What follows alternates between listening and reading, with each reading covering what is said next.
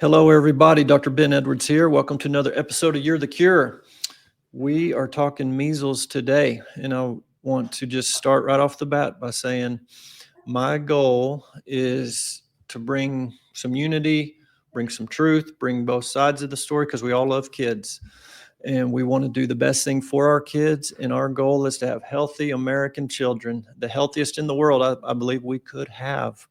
As hopefully, if you've listened to other shows, you've learned that I've learned there were things I didn't learn in medical school, and I've since learned. And so now I'm morally and ethically and legally obligated to give informed consent.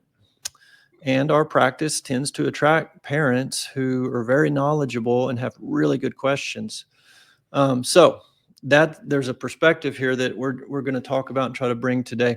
And I do want to say we're recording this on Thursday, February 27th, 2025 at about 1:38. So we don't have the breaking, I don't know. There was a death reportedly had measles. Don't know if they died from measles, with measles. I don't have any details. This was 24 hours ago, so I want to give my condolences to the family for sure. Every death of a child's a tragedy. I can't imagine having a death of a child. So that's first. I want to say that. And my respects to the family, my condolences and prayers are with you. And we want to be sensitive to that. And obviously, I think we can see that the media's jumped in and it's this kind of thing that happens. And not to minimize that death one bit. We want every child to live and be full and vibrant and healthy. The questions that I get from parents, and I'll just like, this is a great example. If we go look in VAERS, Vaccine Adverse Event Reporting System, how many deaths from the measles MMR vaccine? No, that's never reported. Nobody even knows that happens. Well, the answer is 94. Since 2015, 94. How many deaths from measles, excluding the one 24 hours ago, which again is still, there's reports now from family members that it was RSV pneumonia. I don't know. And it's too early to get into that. So, but Right. aside from that, we're going to say what from 2015 to current, excluding yesterday, there was one death from measles in an immunocompromised person who was on immunosuppressing drugs. So 94 deaths from the vaccine, one from measles. That's what my patients go find. And then there's the underreporting factor on VAERS.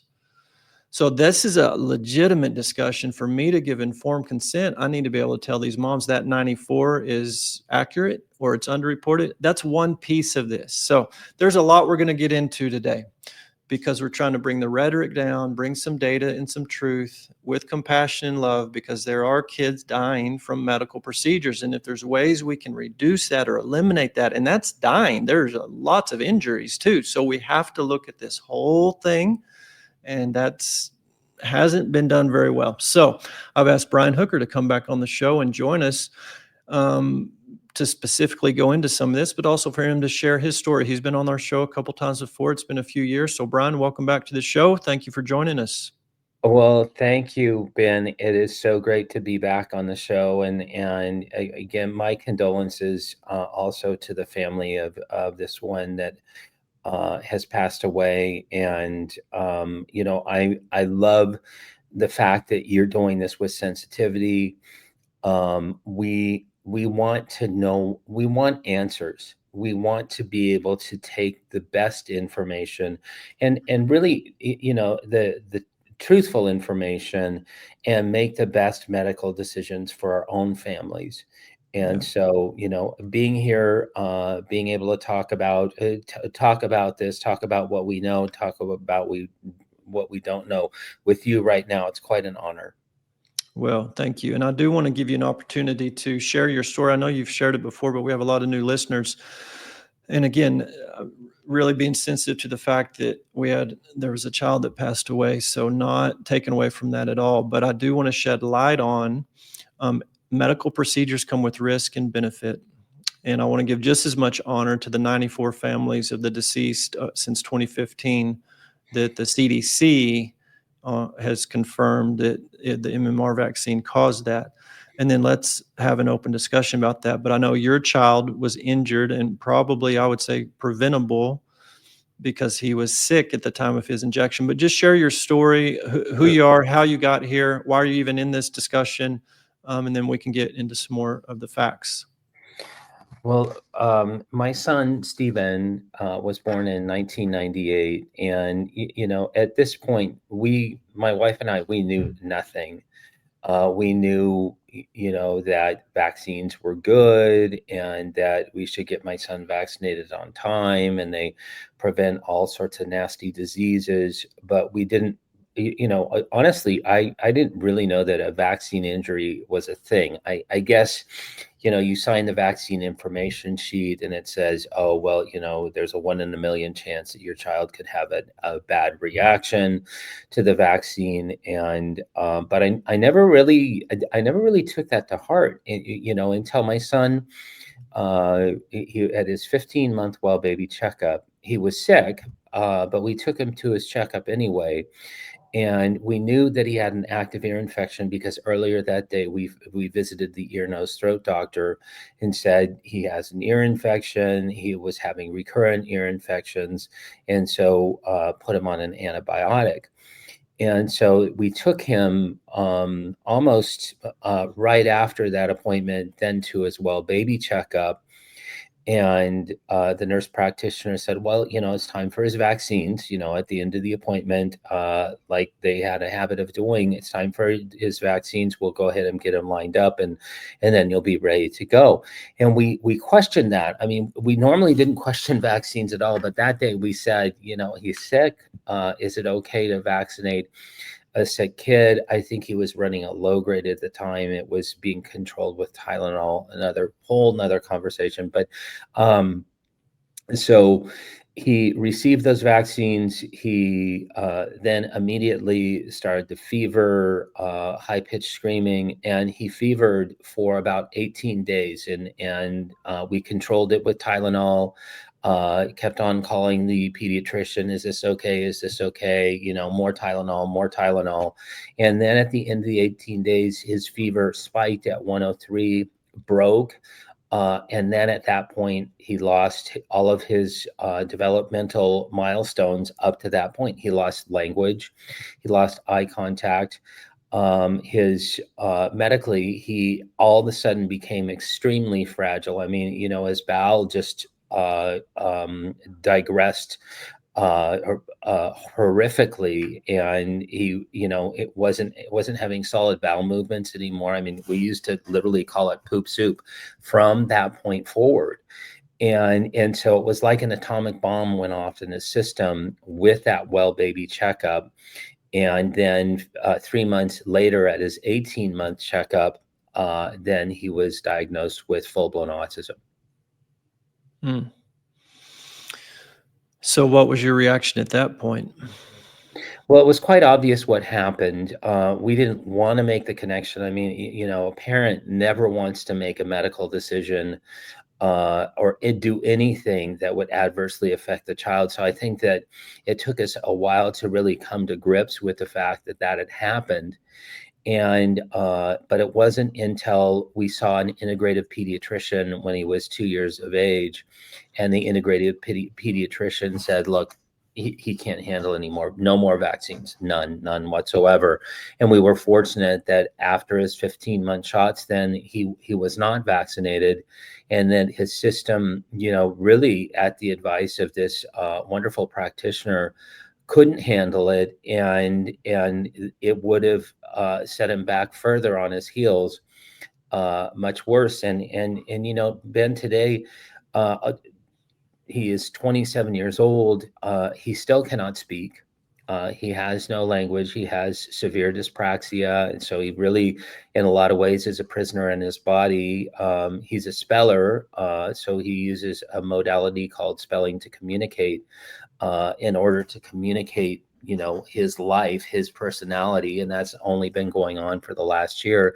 But it really drastically changed for the worse the trajectory of his life. It's hard to say that as a parent, but that is what happened. Yeah. So did that lead you to looking into this more, becoming a vaccine education researcher, expert, advocate? Kind of what's the path that sets you on personally or professionally? Well, I was really upset and was very angry about what happened to my son because there was absolutely no warning. We had a practitioner that told us the opposite, and then I found out that two of the vaccines that he received that day, and even many of the vaccines he'd received before that, contained mercury. And that's not something that they put on the vaccine information sheet. So I started to really inquire with the CDC, and I have letters behind my name. I have a PhD, and so I thought, well, they have letters behind their name. I'll just give them a phone call. We can have a talk about vaccines and neurodevelopmental disabilities and regressive neurodevelopmental disabilities. And the more that I tried that, the more hesitant the CDC became, and the more brusque and dismissive they were of my concerns. And something just didn't smell right. I started really looking into this, and in about 2001, I realized they're not going to tell me the truth. They are absolutely not going to tell me the truth. How can the entire country trust them to do vaccine research? And so that really, at that point, I couldn't do a whole lot because I was working for a government contractor at a Department of Energy laboratory. So I was in the background doing all this vaccine safety research that I possibly could, and trying to sort of fill the void for a CDC that it was doing the polar opposite. They weren't, not only were they not doing the right research, but they were lying about the research. Mm. What led you to that conclusion that they were lying? Well, I was getting answers from chief scientists that had no scientific basis whatsoever. I'll never forget when a scientist told me, this was a CDC immunization safety officer with a PhD in psychology and statistics, said, "Oh, well, my daughter got all the same mercury-containing vaccines as your son, and she's just fine." And so, that's not a scientific statement. And of course, I jumped all over him. I was glad that I had the opportunity to educate him about statistics and epidemiology and how you can't really do an experiment with an N of one. Mhm. But answers like that, and then back then they were doing studies that it seemed like whatever they did, it was to indemnify vaccines from the autism epidemic, which was really just starting to explode. And I would see these statistical methods that were dubious at their core, and would continue to question those methods, and never got answers until I got a cease and desist letter from the CDC saying, we're not going to answer any of your questions anymore. And that was in 2004. Mm. I got a cease and desist letter from an attorney because I was asking questions of these public servants, as a member of the public and a father of a vaccine injured child. Mm. Well, obviously that's a big red flag. Yeah. And the probably on from the other side, or what I would always thought or was told, was these are so rare. These injuries are so rare. And basically that's just part of the collateral damage to save the masses. We're going to have a little bit of collateral damage, and they would emphasize the little bit. That's kind of the impression I think most people have, most doctors have. Well, again, we're talking about kids and their health. So if there's a way to dig into this data and clarify exactly how rare, then obviously we need to be doing that. That's what you were trying to get to. It sounds like, what's the truth about this? So now you're identifying that the truth is not being told. So take it from there. Because I know the end of this story. What Right. happened from there? Well, I continued to do research, and my only recourse at that point was the Freedom of Information Act. So I was filing requests through the Freedom of Information Act to get data and information from the CDC. I started publishing my own scientific papers starting in 2004 on vaccines and neurodevelopmental disabilities and neurodevelopmental injuries, and left my job with the government. I was started working for a university in 2010 that had wonderful academic freedom, so I could publish my work without any fear of recourse, which is quite rare. But then the phone rings in 2013.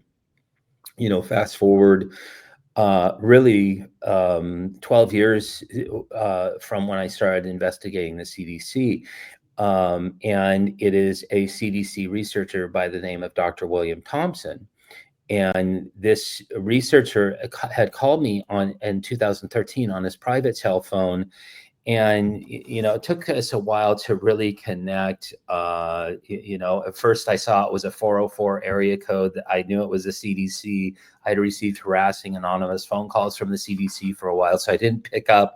But we finally emailed, got on the phone, and Dr. Thompson starts confessing, and he starts confessing all of this fraud around specifically autism and vaccines and other neurodevelopmental disorders, like tics and ADD, ADHD, and expressed concern not only that these, thimerosal, the mercury-containing preservative that was in vaccines, was causing neurodevelopmental disorders, and it's perfectly plain because mercury is a neurotoxin, but also uncovering data for me to review and analyze myself that showed that when the MMR was given on time, that it was causing more autism, specifically in boys, and then more specifically in African American boys, than if they just waited to give the MMR until after they were 3 years of age. And the relationship in African American boys was really, really profound. They were almost 4 times more likely to get an autism diagnosis if they got that MMR on time than if they would just wait again until after their third birthday.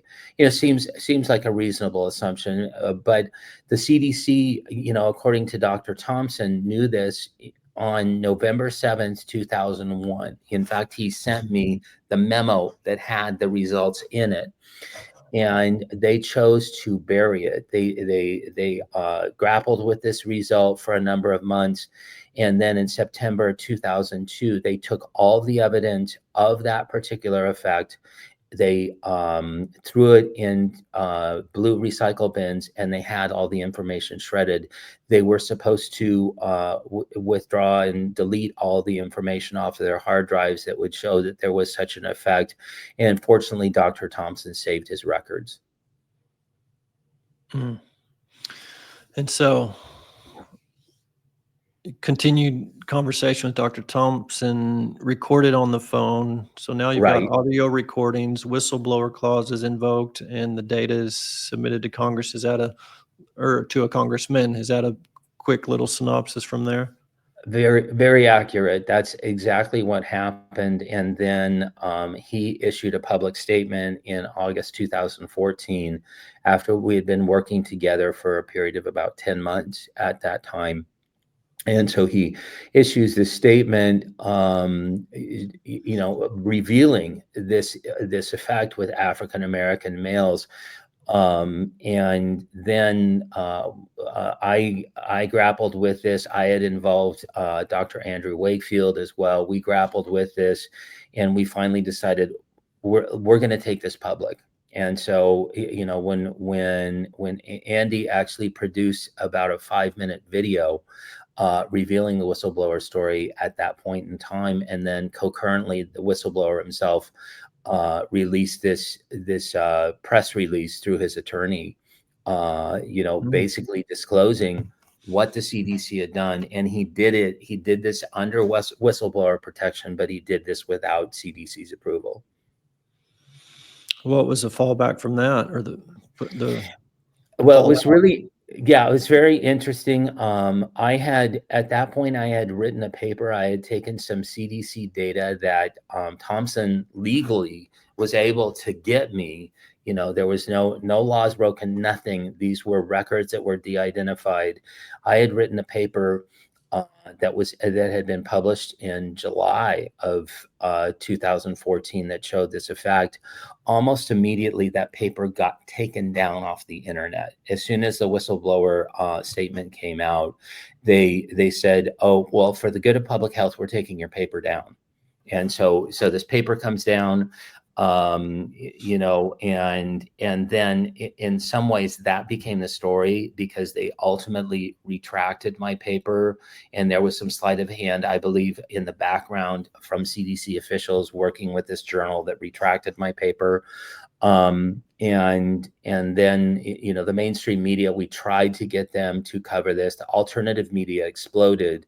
I mean, there were about 5 billion impressions on Twitter at that point for the CDC whistleblower. So alternative media, everybody's talking about this. It's even trending, on Twitter, the hashtag CDC whistleblower. And but the mainstream media did not pick it up. But fortunately, then filmmakers Andy Wakefield, Del Bigtree, and Polly Tommy then produced a movie, Vaxxed: From Cover Up to Catastrophe, and that told the entire story, and that came out in the spring of 2016. Okay, so we're now in the spring of 25, 9 years later. Mm-hmm. Has there been any action or any further statements from CDC, from government officials, Congress? There was one unofficial, it was a statement in an interview. Dr. Thompson's boss at the time that they wrote this fraudulent paper that indemnified the MMR, his name was Frank DiStefano. He did an interview after the CDC whistleblower story broke, his interview with Cheryl Atkinson, an investigative reporter. And he admitted at that point, well, yeah, there are some cases where vaccines can cause autism, that's plausible. That was it. Everything else, everything else that you would think should happen did not happen. Congress did nothing. There was never a committee chair that subpoenaed Dr. William Thompson to appear before a congressional committee and give record of what he had disclosed or talked about. And so really the only record that we had of this was my publication, which even after it was retracted, I took it to a different journal and it was republished, showing that, the risk of autism from getting the MMR on time was not only more significant in Black boys, but also it's more significant in those kids that had regressive autism, which is, pretty much, 80% of all autistic kids do regress. And so we have this relationship that is established in the scientific literature, but Congress would do nothing. I approached the Office of Research Integrity in HHS at the time. They would do nothing. In fact, they reverted back to the CDC and said, "Oh, well, CDC will investigate themselves." And I just kind of laughed at that point in time, because there was no, there was no accountability. There was, everything was fraught with myriad conflicts of interest. And again, if it wasn't really for the movie Vaxxed, there aren't a whole lot of people that would know, that the CDC whistleblower existed. Yeah. And I do want to get your comments on that, but I want to read real quick, because I think we need to just establish this, because I still hear it in some media that vaccines don't cause autism. Well, number one, there's a vaccine injury compensation court. It's a government entity, not a true court, but they've paid out billions. I don't have the exact number to date, but it's billions of dollars in injuries, but specifically to autism. Dr. Richard Kelly's, I believe, is sometimes called as a witness for that court.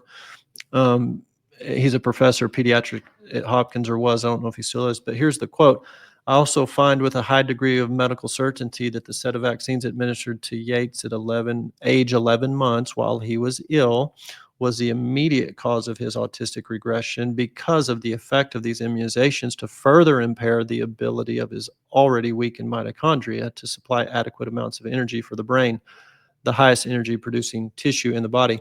So that's just one case. There are others. And again, the argument is, well, maybe it's just a few, the 1 in a million. And again, we need to know the actual number. So if we know it can, okay, we mark that question off the list. The answer is yes, it can. Right. Next, how often is it? And next, is there a way to predict? Is there a way to know? Like in this case, Yates was sick. He had a fever, like with your son and many others. That's right off the bat. Is there a male-female predominance that's a risk? Is there a timing risk? Is there a number of vaccines administered at one visit? Is there a Tylenol? We can get into Tylenol in a minute, but if you pre-medicate with Tylenol, because Tylenol can shut down glutathione, that's an antioxidant that can help deal with the oxidative stress of that injection. So many things. I was just at a conference speaking in Dallas earlier this week. One of the fellow speakers presented. She was a doctor and African-American from the Atlanta area, and her 14-year-old African-American son regressed into autism also. And I didn't get into any details. This was not a conference about that. She just happened to mention it in her presentation. But I immediately thought Atlanta, and the boy's 14 years old, so 14 years ago, and he's African-American, he's a boy. If this would have been widely publicized, potentially, there's a lot of ifs here, but that's where I go, is where can we risk mitigate, risk stratify this, and give wise counsel and informed consent to try to reduce this risk. But it takes actually getting to the data, analyzing the data, and this would not be hard to do. But just wanted to clarify that. I mean, there's no question it can. It's a matter of how often, and then what do we do about it? And what are the risks if we just totally don't vaccinate at all? What's the risk of that? What's the risk of modified schedule? Just all the things. This is a huge discussion. One last quote, and then we'll jump back in. And this was from a study published in eBiomedicine, and it's regards to the oral polio vaccine.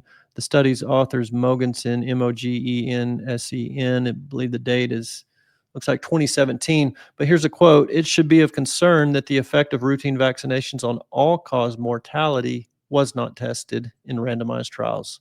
All currently available evidence suggests that the DTP vaccine may kill more children from other causes than it saves from diphtheria, tetanus, and pertussis. Though a vaccine protects children against the target disease, it may simultaneously increase susceptibility to unrelated infections. So that's a whole nother part of this.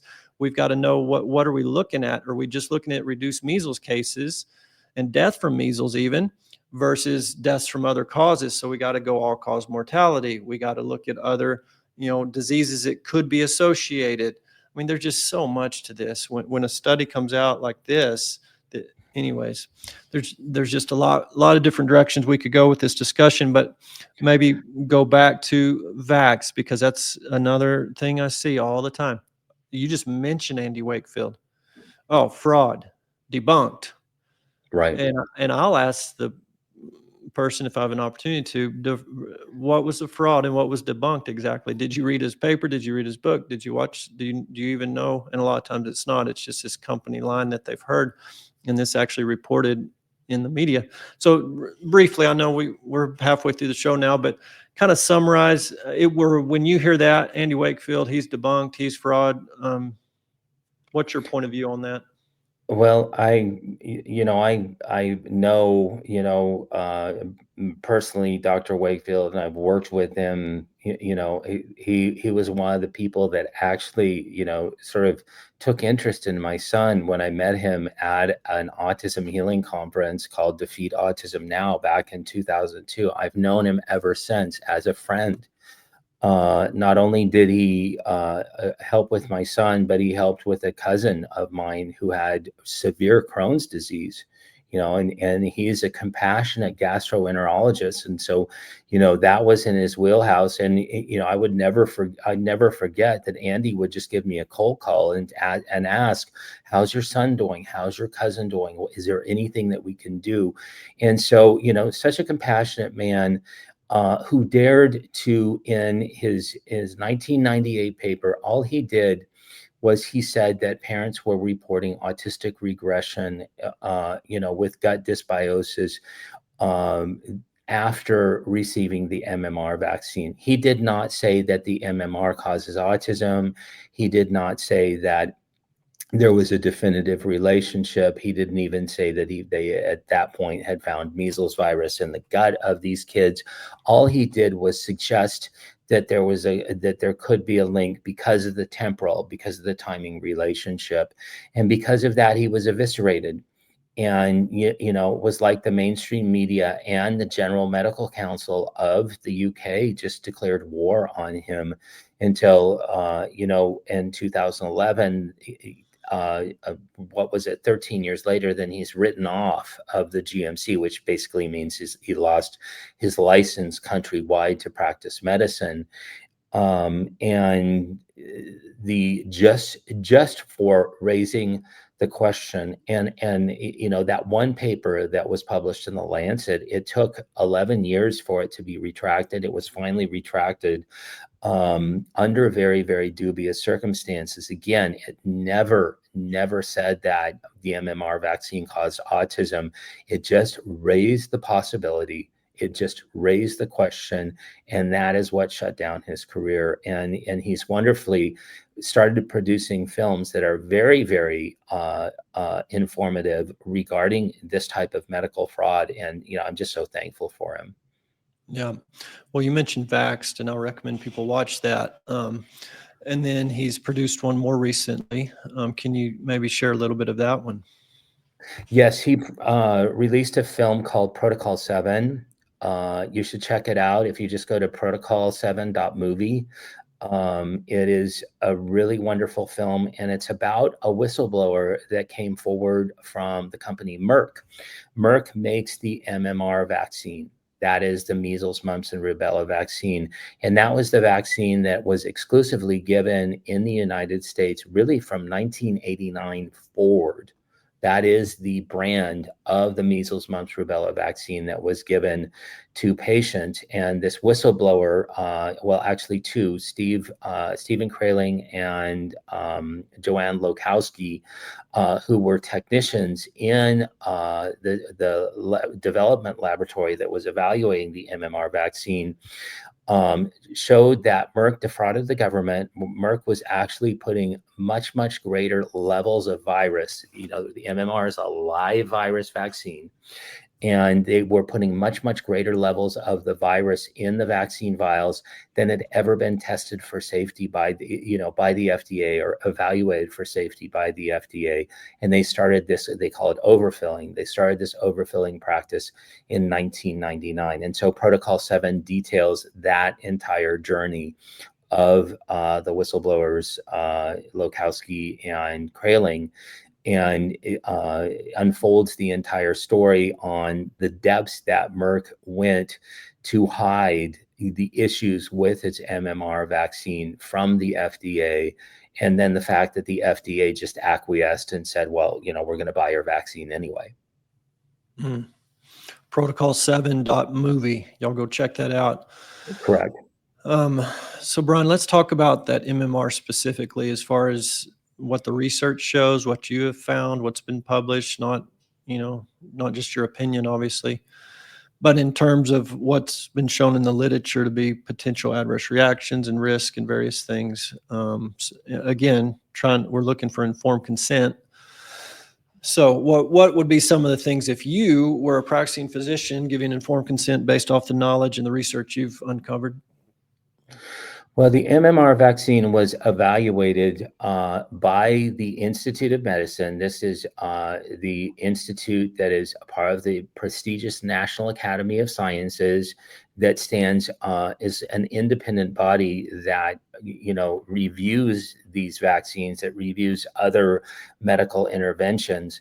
And they found in their 2012 report that the MMR vaccine causes febrile seizures, that's seizures that when a child has a fever, anaphylaxis, meningitis, encephalitis, thrombocytopenia, that's basically a very acute deficiency of platelets or thrombocytes, arthritis, and vasculitis. In addition, the MMR vaccine has been shown to cause encephalopathy with features of autism. And that was a part of the Hannah Poling case that was awarded the family, Hannah Poling's family, after she received the MMR, among other vaccines, in a single catch-up visit, was regressed into autism, and they received a $20 million settlement from the National Vaccine Injury Compensation Program. Like you had said before, if you look at the VAERS database, which is woefully underreported, perhaps, there's a report called the Lazarus Report that came out in 2011 that showed that VAERS captured about 1% of all vaccine adverse events. But if you look at the last 10 years in the VAERS reports, there are over 90 deaths, specifically 94 deaths from the MMR vaccine, even in this woefully underreported system. And then the MMR is also, if you look at the CDC's original publication regarding the MMR vaccine and autism, they were never able to hide the fact that boys that got vaccinated with their first MMR on time were 67% more likely to get an autism diagnosis than boys who got the first vaccine after their third birthday. And that is in the journal Pediatrics, in a paper that was DeStefano et al. Frank DeStefano was the lead author on that paper that was published back in 2014.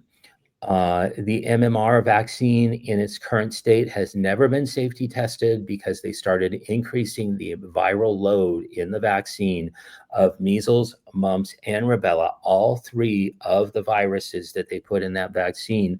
They started increasing the viral load of that vaccine beyond anything that had ever been safety tested. It's probably threefold higher in a concentration of virus than anything that's ever been safety tested and bought off by the FDA. And so to me, it's really a grand medical experiment that we're putting these kids through. And correspondingly, the rates of anaphylaxis after they started overfilling this vaccine in 1999, increasing the viral load in the vaccine, the rates of anaphylaxis went through the roof. And so, anaphylaxis, that is primarily anaphylactic shock, where children are going directly into anaphylactic shock, very quickly after receiving the vaccine. And then there are, myriad other issues. There are even publications that have linked the MMR vaccine to persistent asthma. And so, and that, I'm sure there are things that I've missed. This was, a broad brush of the literature that I had done really recently. But, there are many, many adverse events. And even if you look at the packet insert, it says not to give the MMR vaccine for a sick child, especially or specifically a child that has a fever above 101.3 degrees Fahrenheit. And so, that always kind of hits my heart because, that's exactly what happened to my son. It was actually different vaccines, the MMR, but the packet insert actually reinforces you do not vaccinate a sick child. Yeah. So, again, the pro hyper vaccination camp would say everything Dr. Hooker just said is so rare that, basically, sorry, there's going to be some collateral damage because we're going to save so many lives and so much suffering and death if we vaccinate the whole population on schedule. And so we can look to VAERS, you've mentioned, way underreported.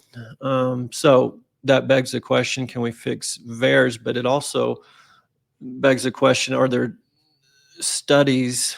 I'm a big guy on all-cause mortality. We Right. don't need to get so laser focused, as I just referenced in the study on DPT, dying more from other causes. So what's the overall health status of a child on taking CDC recommended scheduled medical interventions called the childhood vaccine schedule versus groups of children who have not done that or even delayed that. Is there any way to compare that? And I do know there are some studies that have done that. So that's one way to look at this, with knowing that VAERS needs cleaned up and is hard to rely on to give informed consent. Right. Know that there's a question mark there. So let's get that cleaned up, number one. But number two, talk about some of these studies that have looked, some long-term studies. Are vaccinated kids healthier, or unvaccinated kids healthier? Well, What do you know this about was right, right. Oh, sorry, Ben. I didn't mean to cut you off, No, but go right ahead. the this was the study that we wanted, and we being me, Robert F. Kennedy Jr., Del Bigtree, Aaron Siri, Lynn Redwood, many advocates in the vaccine hesitant health freedom community. We wanted this study to be done by the CDC. And they never did it. They absolutely never did it. So an independent researcher came along by the name of Anthony Mawson, and he looked at homeschool students who were by and large either partially vaccinated or unvaccinated.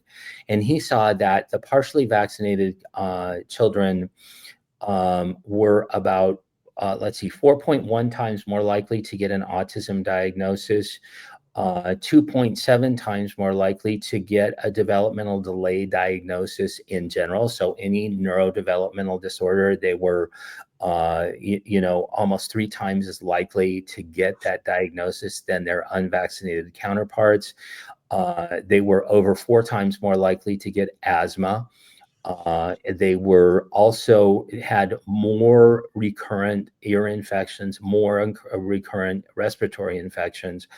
I came along with a publication then that I did with Neil Miller, vaccine safety advocate out of New Mexico. And this was published in a journal called Sage Open Medicine in 2020. It's actually indexed in the National Library of Medicine. You can see this study, and it showed that children that received their vaccines on time, and no, I'm sorry, these again were partially vaccinated versus unvaccinated, and just vaccines considered in their first year of life.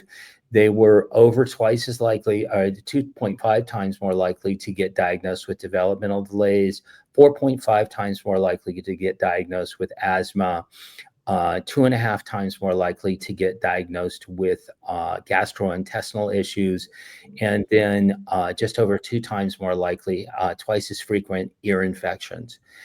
And this has been repeated several times by several different studies. Dr. Mawson just came out with a study about a month ago that was published in the journal Science, Public Health Policy, and the Law. And he affirmed these results and showed that autism was about 4.4 times more likely in those children that were highly vaccinated versus those children that were unvaccinated. I did a study in 2021 with fully vaccinated kids versus fully unvaccinated kids, and the rate of autism was 5 times higher in the fully vaccinated kids. The rates of things like ADD, ADHD were 27 times higher in the vaccinated group compared to the unvaccinated group. And so, by and large, what we were seeing was that the vaccinated kids were suffering. They were less healthy. They were having more actual non-specific infections, not those that were, protected by their vaccines, but things like respiratory and ear infections. They were having more autoimmune disorder diagnoses, and they were having more and more neurodevelopmental disorders. What about sudden infant death syndrome, SIDS, also formerly known as cot death? And I'm just remembering during the COVID lockdowns, the pediatric visits for routine well child visits went down because everybody was locked down, staying home. And I saw some corollary data, and I don't remember where I saw this or who published this, but basically SIDS death had a dramatic drop in this window that correlated with decreased vaccination because everybody's in lockdown. Are there studies that have been published that have looked at SIDS in relationship to either timing of vaccination, number of vaccines, or in any way a relationship there?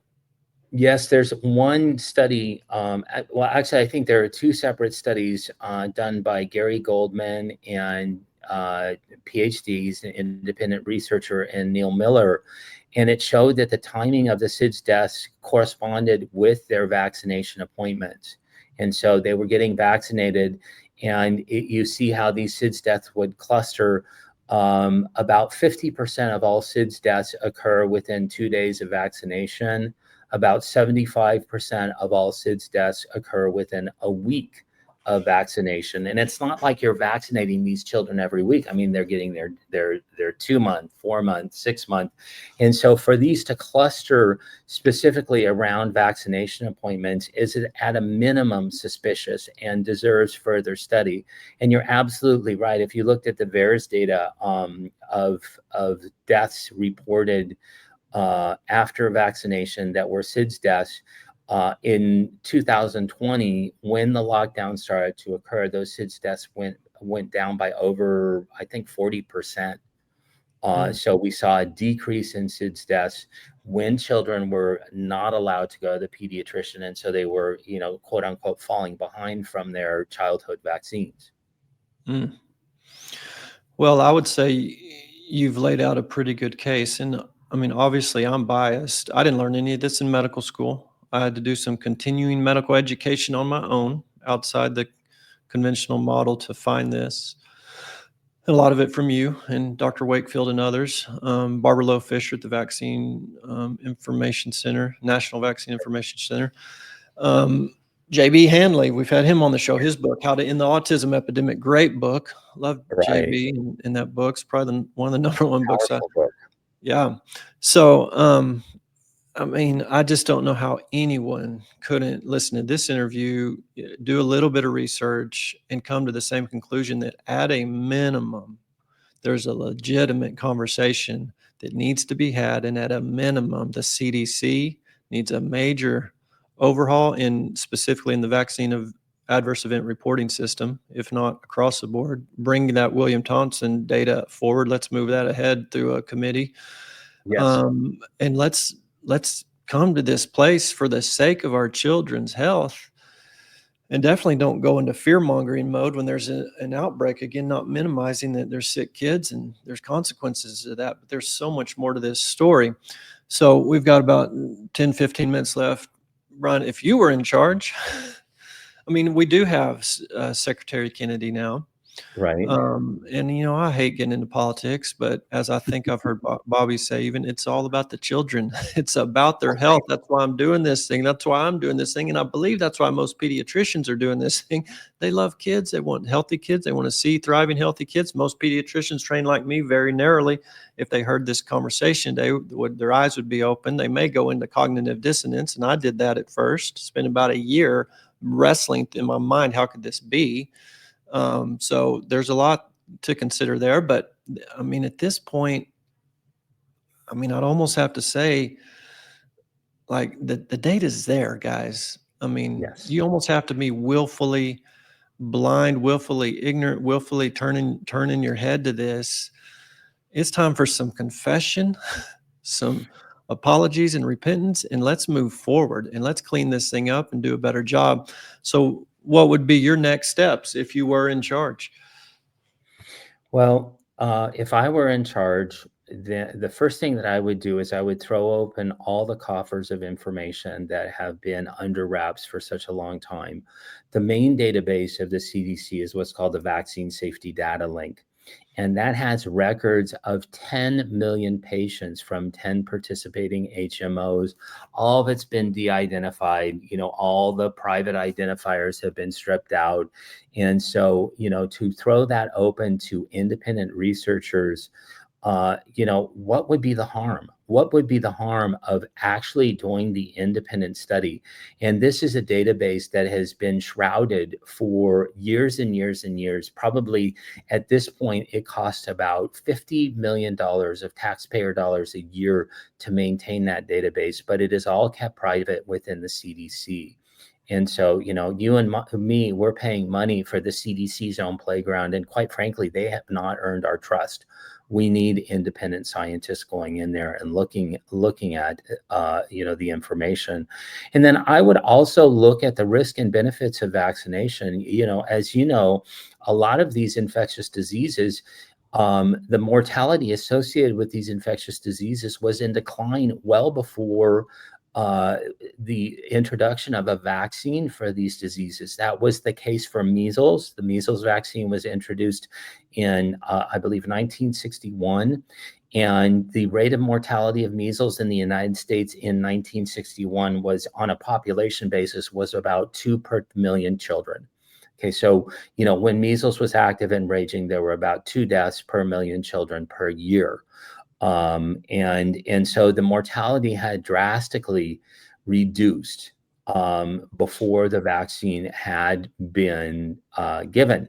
The mumps mortality was nil. It was there, it was difficult to assess the mumps mortality when they came out with the mumps vaccine in 1967 because there weren't any deaths. It was a big goose egg. And so I think looking at taking a step back, looking at the vaccination schedule in light of modern medicine, in light of the ability to treat infectious diseases and infectious syndromes that we've been vaccinating against,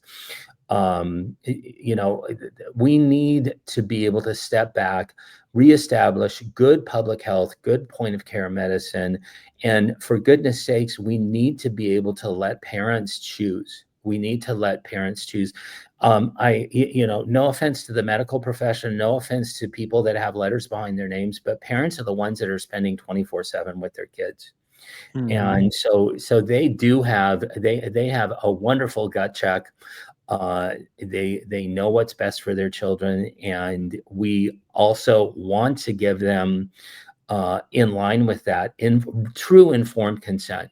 So when you sit down and you make a decision about an intervention, regardless of whether it's a pharmaceutical, an over-the-counter medicine like Tylenol, or a vaccine, let's bring all the information to the table so those individuals, those parents, the individuals themselves, the caretakers, they can make the decisions for what they're going to be putting in their body. So they retain some type of bodily autonomy. So I would love to see all of that happen very, very quickly. I don't, everybody, is shouting with their hair on fire. Bobby's going to outlaw vaccines. He's going to abolish vaccines. No, that's not going to happen. We want to be able to look at everything. And by we, I'm not speaking for Bobby. I'm speaking more for my organization, Children's Health Defense. But we want to leave no stone unturned in being able to promote the best health for children, and then ultimately also clean up the mess. There is a huge mess that has just been iatrogenic crime against the American society. We look at the rate of chronic disease in adults, we look at the rate of chronic disease in children. Not only do we need to reverse that and provide alternatives to individuals, healthy alternatives to individuals that have been consuming junk medicine, junk food, junk air, junk everything for such a long time. And then we need to be able to adequately compensate individuals that have sustained things like COVID-19 vaccine injuries, childhood vaccine injuries. My family was in the same program that compensated Hannah Poling. We were in the same program for 16 years, and we got kicked out without a red cent. In fact, we've spent way, way more money than we would have ever been compensated, but we were ruled out. My son was tugging his ears at 6 months because he had active ear infections, and the special master ruled that was a sign of autism. And so that before his 15-month vaccines, that he indeed had autism because he tugged his ears. And so, we had these ludicrous things. The government was covering their butt because they were afraid that all the autism cases were going to bankrupt the National Vaccine Injury Compensation Program. And so we have all these families with vaccine injured children, now vaccine injured adults, and the government needs to come to bear and compensate these families. We need to look back at these injuries, and then especially so many injuries associated with mRNA vaccines, through the COVID-19 shot. Yeah. Well, talk about restoring trust in the medical profession, in the CDC, and government in general. That would go a long ways. if we could do what you just laid out. That would be amazing. I'm sorry, my laundry list is long, but and there's so many medical practitioners that I meet that they're they don't want to hurt anybody. They don't want to hurt people. They don't want to intentionally hurt people. But we want to make sure that medical practitioners have the best information in their hands. My goodness, when something happens that a medical practitioner could have prevented in their own practice, I'm sure that does not bode well for them physically, emotionally, or in whatever way, shape, or form. You didn't get into medicine to do anything but to heal people. Yeah. Yeah. It's a lack of knowledge. Our practitioners just aren't educated in this manner, obviously, in medical school. I literally was just told to memorize the schedule and give it. They're safe and effective, and that was it. I mean, and that Andy Wakefield was a fraud. Right, right. Yeah, I have a microbiology textbook that has a whole page on Andy Wakefield being a fraud. I photocopied it. I sent him a copy. I'm sure he appreciated that. Oh, birthday card. No. Well, we got to wrap it up here. I want to just remind for, again, the local population in this measles outbreak, a healthy immune system is your number one defense. As Brian talked about, there was a huge drop, a 98% drop in mortality from 1900 to 1955 prior to vaccines coming on this stage. And what did that was cleaning up the external environment, sanitation, clean, sewage treatment and clean water, nutrition. It's clear in the evidence that's been looked at and studied by Harvard and Mayo and Boston University and CDC or Hopkins, not Mayo, but it's been well documented and published that it was all about cleaning up that environment. And now it's our internal environment. We have so mismanaged our mitochondria. That's your carburetor inside your cell. Just imagine your white blood cells, your immune system cells, to go gobble up measles or COVID or influenza or the 10,000 other viruses out there. That white blood cell needs energy. We've got to get our mitochondria, that's your energy producing factory in the cell, to work better. That's pretty plain and simple. We've got to tune up our cellular mitochondria, our cellular energy production. And that the standard American diet, the standard American sitting all day, stress, it's these basic lifestyle factors that cause mitochondrial dysfunction. And therefore that white blood cells can't mount the response and do what it needs to do. So we are more susceptible now. And that's in part why we are the sickest country in the world. More of our kids die than any other country. Our infant mortality rate's the highest of any industrialized country. Our maternal mortality, our overall life expectancy, all the stats that Bobby Kennedy references all the time, that I reference all the time. This is a major, this measles is a big wake-up call, and hopefully can start this conversation. And with Bobby Kennedy at HHS, and who knows? Well, hopefully we'll see what we can get done. But as Brian said, we're all in it for the same reason. That's the health of the children. I know the pediatricians are too. I know there's a lot of hardworking nurses and medical staff right now in West Texas treating kids, and we've treated some here. So let's be on the same team.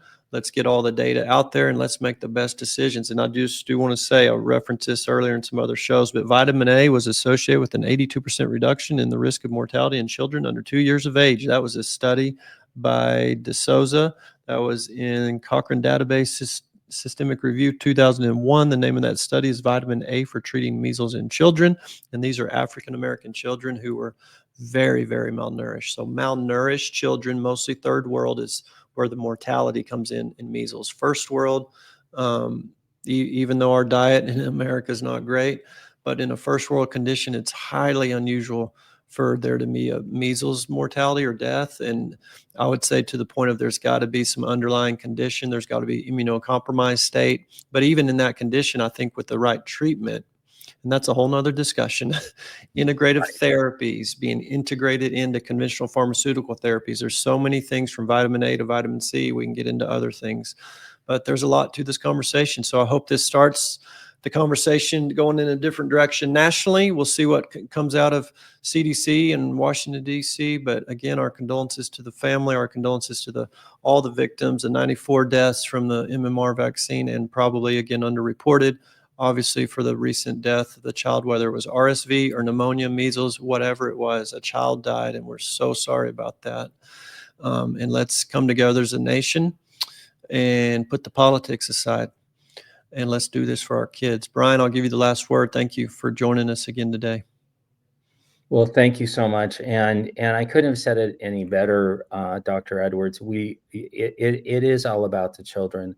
Let's put our differences aside so we can have the healthiest, happiest children that we can possibly have. You know, as parents, we want nothing more than to see our children flourish and to see that next generation go beyond what this generation achieved. So let's put all of our differences aside. Let's look at the data. Let's look at the information. Let's do the best science possible, because our children deserve no less.